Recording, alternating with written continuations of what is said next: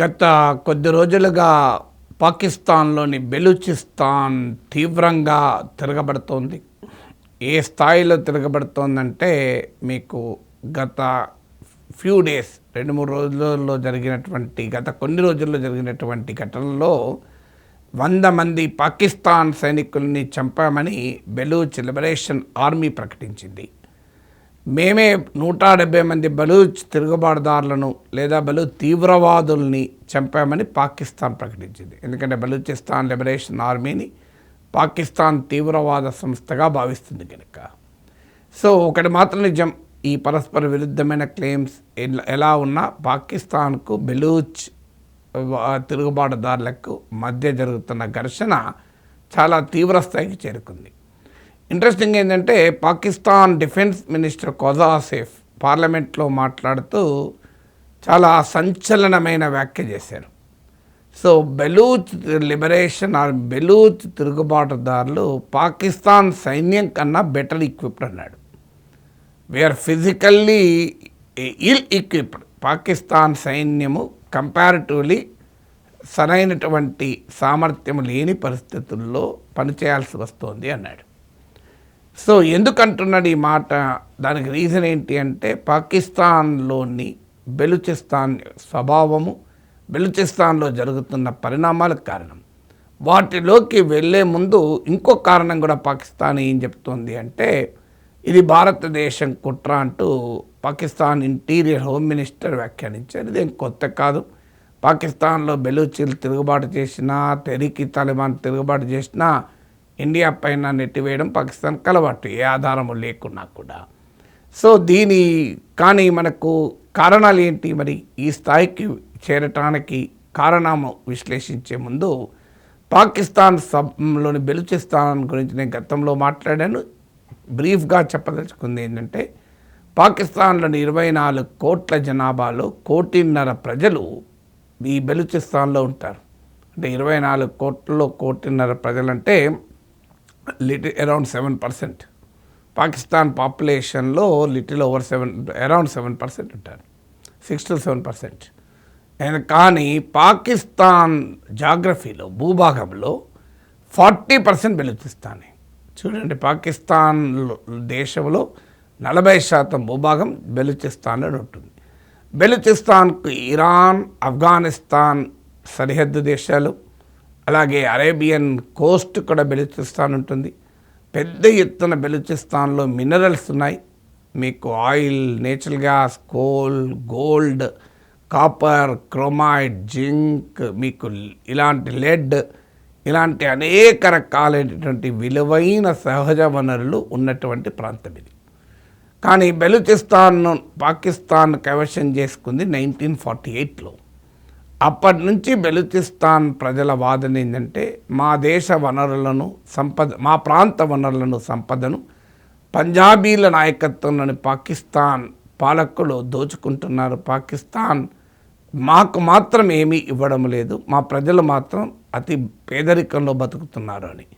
వాస్తవం బెలూచిస్తాన్ చాలా నిరుపేద ప్రాంతం. ఇంత బ్రహ్మాండమైన వనరులుండి కూడా ఆ ప్రాంతం పాకిస్తాన్లోని అత్యంత పేదరికం ఉన్న ప్రాంతాలు ఒకటి.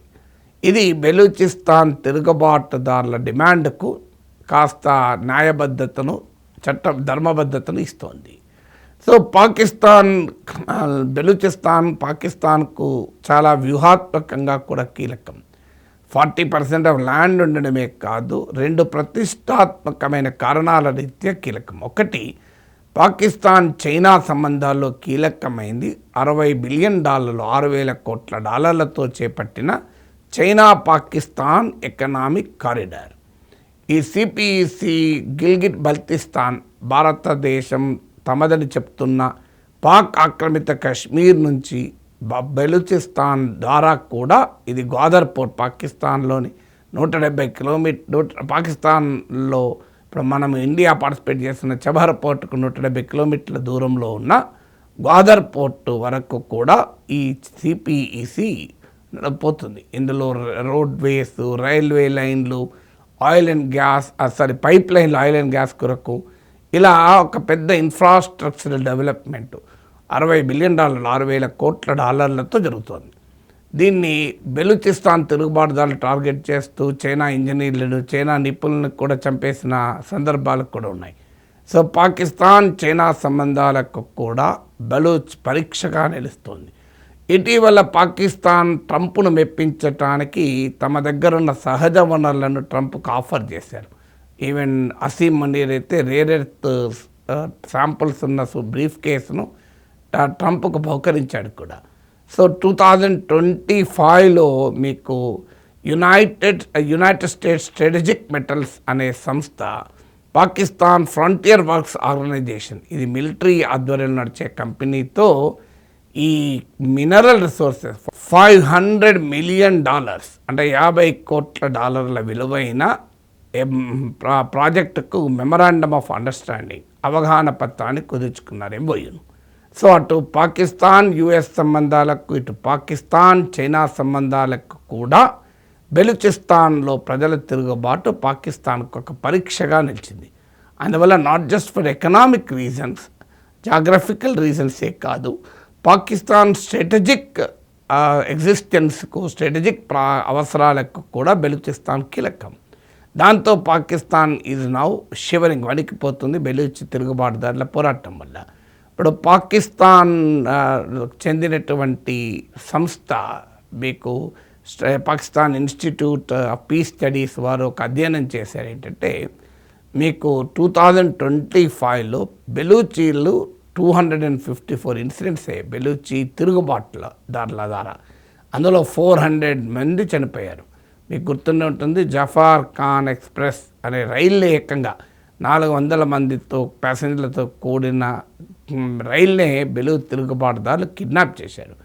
దీనిలో మీకు 100 మందికి పైగా ప్రయాణికులు చనిపోయారు, 300 మంది ప్యాసింజర్లను కాపాడగలిగారు. ఇందులో 33 బెలూచ్ తిరుగుబాటుదారులు కూడా చనిపోయారు.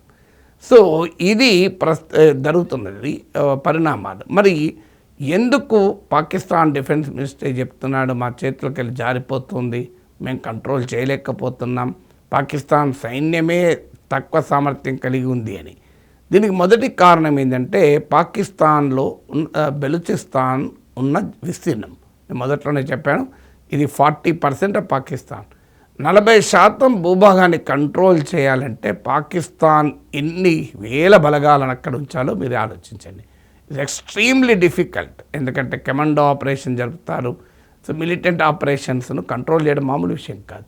దేశంలో 40% భూభాగంలో ప్రజలు తిరగబడుతుంటే ఏ రకంగా కంట్రోల్ చేస్తారు? ఇదేం తిరుగుబాటు కొత్త కాదు, 1948 నుంచి తిరగబడుతున్నారు. వేవ్స్ ఆఫ్ ప్రొటెస్ట్ ఒక్కొక్కసారి ఉధృతంగా జరుగుతుంది, మళ్ళీ నిర్బంధం వల్ల కాస్త ఆగిపోతుంది. మీకు కనీసం ఒక 10,000 మంది బెలూచ్ తిరుగుబాటుదారులు డిసపియర్ అయిన అమ్నెస్టీ ఇంటర్నేషనల్ నివేదిక. సో భయంకరమైన నిర్బంధంతో పాకిస్తాన్ అణచివేయాలని చూస్తుంది. కానీ బెలూచి ప్రజలు ఎందుకు తిరగబడుతున్నారు, వారి అసంతృప్తికి, అసహనానికి కారణం ఏంటని అంగీకరించడానికి పాకిస్తాన్ సిద్ధంగా లేదు.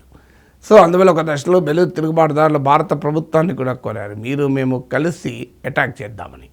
సో దీనికి ఇటీవల కాలంలో బెలూచీలు పైచేయి సాధించుతున్నారా అనే అభిప్రాయం కలగటానికి మొదటి కారణం the very character, geography and topography of Balochistan. 40% of the ల్యాండ్ను కంట్రోల్ చేయడం అనేది పాకిస్తాన్కు చాలా ఇబ్బందిగా మారుతోంది. బెలూచిస్తాన్ తిరుగుబాటుదారులు బ్రహ్మాండమైన ఆయుధాలతో అటాక్ చేస్తున్నారు. ఇది మొదటి కారణం. ఇక రెండవ కారణం ఏంటంటే బలూచ్లో అనేక తిరుగుబాటు సంస్థలు ఉన్నాయి. మనం వింటున్న బెలూచిస్తాన్ లిబరేషన్ ఆర్మీ కాదు, బెలూచిస్తాన్ లిబరేషన్ ఫ్రంట్, ఇలా వివిధ ఆర్గనైజేషన్స్ ఉన్నాయి. వీళ్ళు డివైడ్ అయి ఉన్నప్పుడు పాకిస్తాన్కు సులభమైంది వీళ్ళు కంట్రోల్ చేయడం. కానీ 2018 నుంచి Balochistan liberation army, Balochistan liberation front, ఇలా బెలూచ్ తిరుగుబాటు సంస్థలు కోఆర్డినేట్ చేసుకొని పాకిస్తాన్ పైన తిరుగుబాటు చేస్తున్నాయి. ఇది రెండవ కారణం. అంటే more organised coordinated attack Pakistan arm forces పైన జరుగుతున్నాయి. మీరు ఈ మధ్య సోషల్ మీడియాలో చూసింటారు, పాకిస్తాన్ సైనికులు పారిపోయి శిబిరాలన్నీ అక్కడ సైనికుల దుస్తులతో, సైనికుల వస్తువులతో ఎంటీగా కనిపించిన విజువల్స్ మీరు సోషల్ మీడియాలో చెక్కలు కొడుతున్నాయి కూడా. సో ఇది second reason, coordinated attack by different Baloch militant groups. Third aspect ఏంటి అంటే మీకు బెలూచిస్తాన్ లిబరేషన్ ఆర్మీ అటాక్స్ ఎప్పుడు పెరిగాయి అంటే మీకు తాలిబాన్లు ఆఫ్ఘనిస్తాన్లో అధికారంలోకి వచ్చాక ఈ దాడులు మరింత తీవ్ర రూపం దాల్చాయి. దానికి కారణం ఏంటంటే ఆ బెలూచిస్తాన్ ఆఫ్ఘనిస్తాన్ కూడా border. So Pakistan Afghanistan border border అంటారు, డ్యూరాండ్ లైన్. అక్కడ పాకిస్తాన్కు వ్యతిరేకంగా ఖైబర్ పఖ్తూన్ఖ్వా స్టేట్లో ప్రజలు తిరగబడుతున్నారు. అది ఇమ్రాన్ ఖాన్ పార్టీ అధికారంలో ఉంది అక్కడ. పైగా టెహ్రీక్ ఈ తాలిబాన్ పాకిస్తాన్, ఆ తాలిబాన్ స్ఫూర్తితో పనిచేసే సంస్థ తాలిబానే నడిపిస్తుందని పాకిస్తాన్ ఆరోపిస్తుంది. మాకు సంబంధం లేదని తాలిబాన్ అంటుంది. ఈ టెహ్రీక్ ఈ తాలిబాన్ పాకిస్తాన్ కూడా పాకిస్తాన్ పైన తిరుగుబాటు చేస్తుంది, పోలీస్ స్టేషన్లో అటాక్ చేస్తుంది. సో దాంతో పాకిస్తాన్కు ఉక్కిరిబిక్కిరి అయ్యేటువంటి పరిస్థితి. అటు ఆఫ్ఘనిస్తాన్ పాకిస్తాన్ బార్డర్లో పెద్ద సవాల్ని ఎదుర్కోవడం వల్ల ఆల్రెడీ ఇండియా పాకిస్తాన్ బార్డర్లో కాశ్మీర్ వద్ద సమస్యలు ఎలాగో ఉన్నాయి పాకిస్తాన్కు. ఇప్పుడు అదనంగా ఆఫ్ఘనిస్తాన్ పాకిస్తాన్ బార్డర్ తాలిబాన్ల అధికారంలోకి వస్తే తమ ఫ్రెండ్లీ గవర్నమెంట్ ఉందనుకున్న పాకిస్తాన్కు డామిట్ కథ అడ్డం తిరిగి తలకాయ పట్టుకున్నారు. సో అందువల్ల ఆ అవకాశాన్ని బెలూచిస్తాన్ లిబరేషన్ ఫోర్సెస్ ఉపయోగించుకుంటున్నాయి. ఇక 4వది సూసైడ్ బాంబర్స్ ఎంటర్ అయ్యారు. ఈవెన్ బెలూచ్ ఉమెన్ కూడా ఈ తిరుగుబాటులో ఆయుధాలు పట్టుకొని పాకిస్తాన్ పైన తిరగబడుతున్నారు. సో ఈ సూసైడ్ బాంబర్ల అటాక్ను పాకిస్తాన్ తట్టుకోవడం కష్టమవుతుంది. సో పాకిస్తాన్కు భారతదేశంలో పాకిస్తాన్ చేసిన దుర్మార్గాన్ని ఇలా పాకిస్తానే ఎదుర్కొంటుంది. పాకిస్తాన్కి అర్థమవుతుంది తన దాకా వస్తే తప్ప తత్వం పడదు అంటారు. ఇప్పటికి కూడా పడుతున్నట్లేదు. ఇక 5వది పాకిస్తాన్ పొలిటికల్ అండ్ ఎకనామిక్ క్రైసిస్ని ఎదుర్కొంటోంది. ఇమ్రాన్ ఖాన్ పార్టీకి ప్రజల్లో బలం ఉంది, కానీ ఆ పార్టీని నిషేధించారు. ఎన్నికల్లో ఆ పార్టీ అభ్యర్థులు 100 మంది ఇండిపెండెంట్లుగా గెలిచారు. ప్రభుత్వం వాస్తవంగా పార్లమెంట్లో నెంబర్ కనబడుతోంది, కానీ ప్రజల్లో బలం లేదు. ఆ ఎన్నికలు రిగ్డ్ ఎన్నికలు. పాకిస్తాన్ ఆర్మీ చేతుల్లో పవర్ ఉంది. మీకు ఇమ్రాన్ ఖాన్ పార్టీ వాళ్ళు పాకిస్తాన్ ఆర్మీపై కూడా తిరగబడుతున్నారు. సో ఇది పొలిటికల్గా ఉన్నటువంటి క్రైసిస్. దీనికి తోడు మీకు ఎకనామిక్ క్రైసిస్. అవి అప్పుల పాలై దేశాలను పట్టుకొని తిరుగుతున్నారు. ఇటీవల సబా షరీఫే చెప్పాడు, తల వంచుకోవాల్సి వస్తోంది, తలెత్తుకోలేకపోతున్నాం ఫ్రెండ్లీ నేషన్ దగ్గరికి వెళ్ళినా కూడా అని. సో ఈ పరిణామాలన్నీ పొలిటికల్ అండ్ ఎకనామిక్ క్రైసిస్ కూడా మీకు పాకిస్తాన్ తన దేశాన్ని ఐక్యంగా ఉంచడం కష్టంగా మారిపోతుంది. సో మీకు టెహ్రీక్ ఈ తాలిబాన్ పాకిస్తానే కాదు, ఒక్క బెలూచ్లు తిరుగుబాటుదారులే కాదు, పాక్ ఆక్యుపైడ్ కాశ్మీర్లో మీకు సివిలియన్ కమిటీ పేరిట ప్రజలు తిరగబడుతున్నారు. టాక్సెస్కు వ్యతిరేకంగా, ధరలకు వ్యతిరేకంగా పంజాబ్ సింధ్ రాష్ట్రాల మధ్య మీకు వాటర్ డిస్ప్యూట్స్ పెరుగుతున్నాయి. సో వీటన్నిటి వల్ల మీకు ఒక్కసారిగా పాకిస్తాన్ సైన్యం తమ చేతి నుంచి బెలూచిస్తాన్ జారిపోతుందా అనే భయపడే స్థాయిలో బెలూచ్ తిరుగుబాటు పుంజుకుంది.